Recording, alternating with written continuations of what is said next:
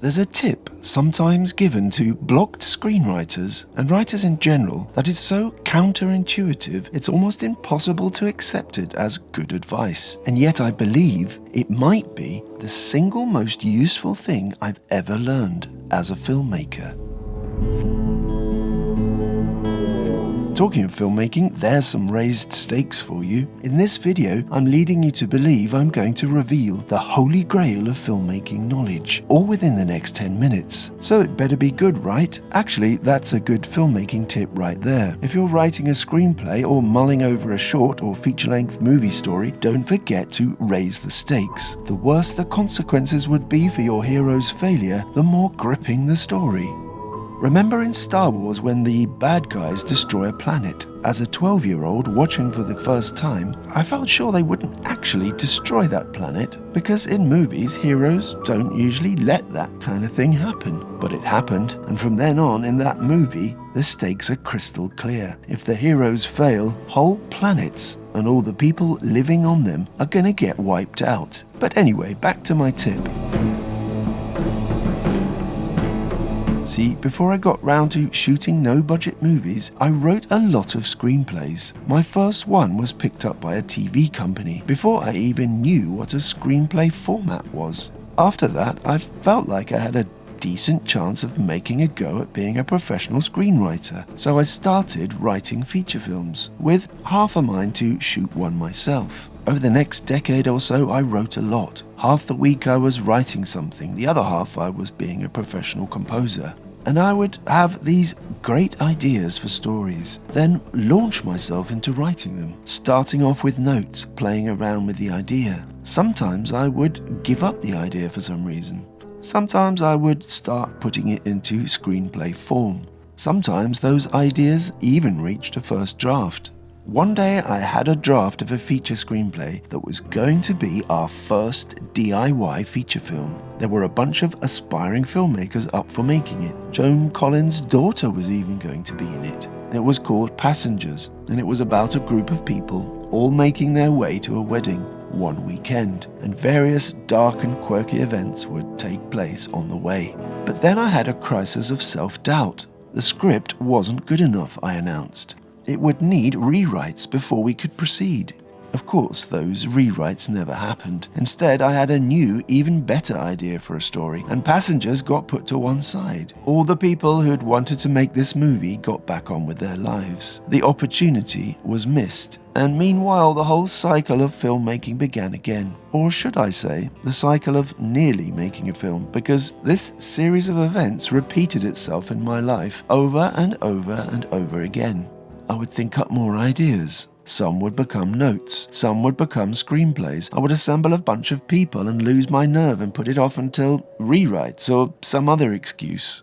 And in that time, I once counted, I wrote treatments and first drafts for over 30 feature films. One of them went through 9 drafts over 2 years, but it still wasn't quite right. And so I would start again, right back at the beginning.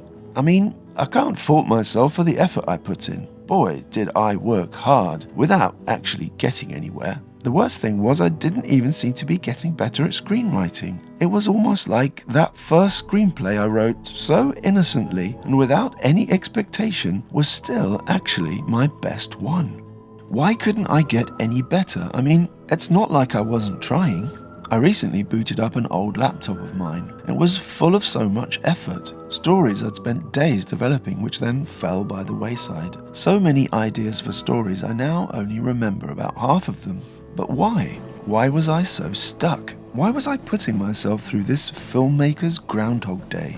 Well, clearly I was afraid. I was scared I wasn't good enough. That I would go through all this effort and it would be terrible and amateurish, and people would see what a poor filmmaker I was. So of course, rather than confront that fear, it was easier to go back to the drawing board, because the drawing board was located in the safety of my house, away from public view. If I just restricted my creativity to the development stage, there would be no risk of anyone seeing that I sucked. But of course, I told myself that I was working towards a goal. I just wasn't quite ready yet, but maybe tomorrow. In fact, the screenplay that went through 9 drafts was even called Not This Day and was about an alcoholic who wants to quit drinking. But not today, not right now, perhaps tomorrow or another day, just not this day. And then I got some good advice, possibly the best advice I'd ever had. And that advice was, don't try to write a good screenplay. Try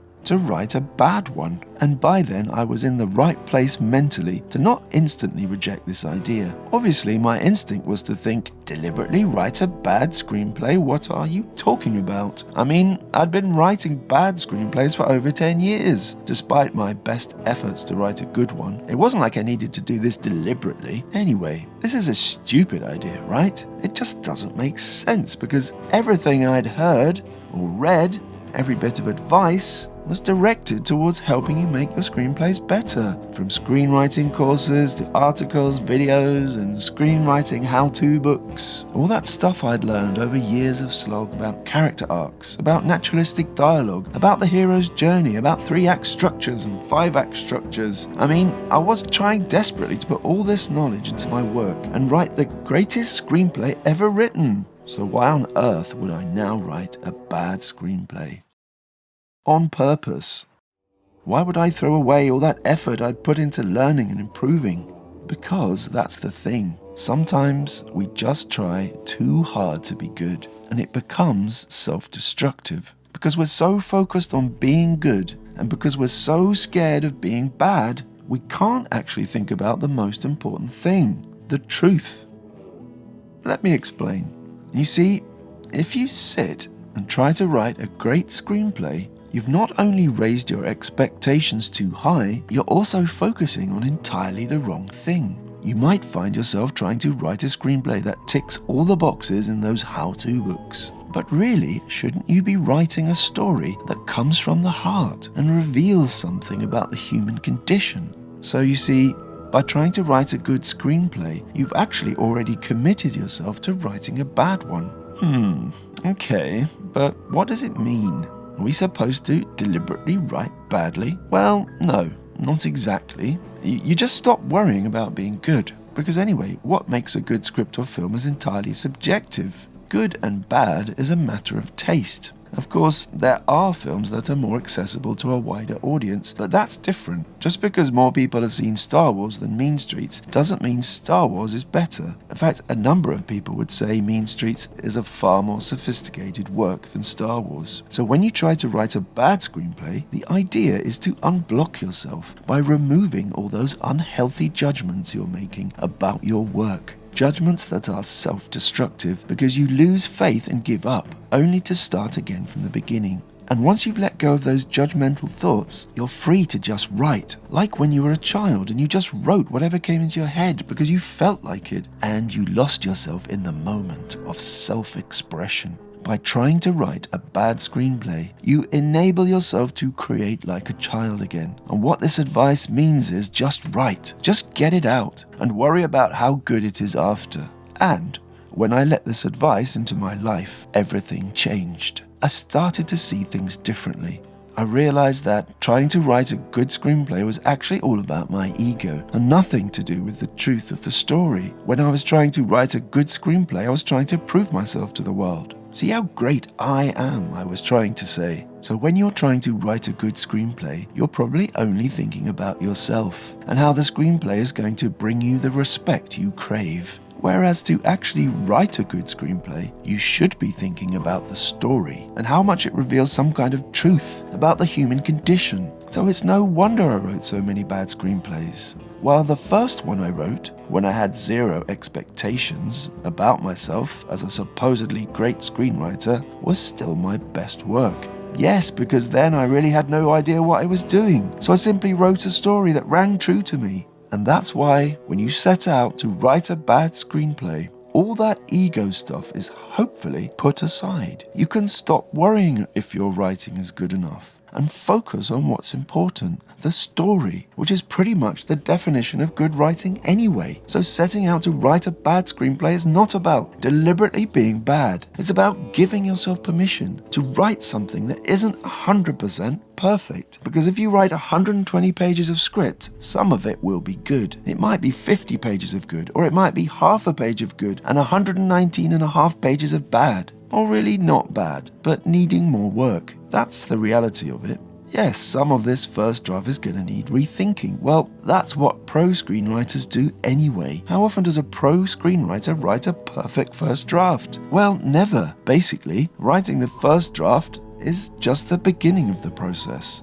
And this isn't just about writing screenplays, it's about filmmaking too, and actually any creative work. Once you stop worrying about being good or bad, you can start thinking about whether what you are creating is true. And when I say true, I mean that the work is true to what you want it to be. And the thing is, maybe you don't exactly know what you want it to be yet. What this simple little tip taught me, reminded me, was that creativity is a journey of discovery. Making a film is an exploration of an idea or of a theme. And when we set out, we don't really know where it's going to lead. Like Oscar-winning screenwriter William Goldman once said, nobody knows anything. And perhaps what he meant was that nobody really knows what is good or bad. It's actually impossible to quantify, and that's what makes creativity scary. There's no guarantees. And that's how I finally, at the age of 44, wrote and directed my first feature film. I realized I would never know until I got to the end of this journey. And even then, I still don't really know.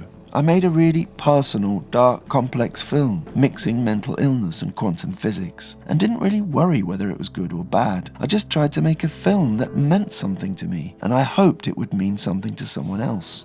And one day, years after I'd finished this film and moved on, a woman from another continent said hello to me on Twitter, and she told me her university professor had recommended my film to her. She'd watched it and found it to be special. So my wish had come true. People I'd never met in a distant land had seen my film and been moved by it. All because one day, some years before, I'd set out to write a bad screenplay. So that's it from me for this video, and the usual thing. If you felt rewarded by this video, please like and subscribe, and maybe even hit that bell icon, and I'll see you in the next video.